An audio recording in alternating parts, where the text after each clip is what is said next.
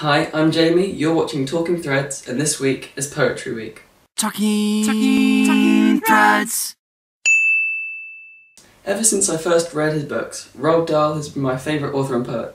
This is because in his books there are wonderful poems I'd liken to the works of Dr. Seuss, because they're extremely creative and also create a magical imagery as you're reading them. That's why they're brilliant for kids. I think that the reason I liked his books so much when I was younger was that they're really relatable, and many of them have children as characters who are exploring a world that's so magical to them, such as Charlie and the Chocolate Factory, as Charlie is being taken around by Willy Wonka in his amazing factory of sweets and chocolate.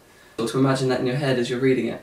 And through his use of poetry in the books, they become so much more entertaining and enthralling for readers. And although his poetry might not be the most intellectually thought-provoking, I think for children it's fantastic, because it really brings about creative writing, as it did for me when I was younger. A few years back I went to the Roald Dahl Museum, and it was extremely vibrant and it felt like you were in his books. All around me there were kids and adults participating together in activities to do with his books. I got to sit on his chair where he wrote most of his books, and I also got to listen in on a reading with some puppets, and it was just really fun.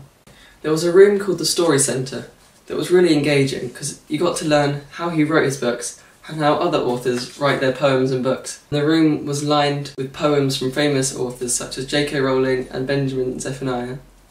Roald Dahl Day is celebrated every year on September 13th here in the UK. In my old school we used to write poetry and short stories inspired by his books.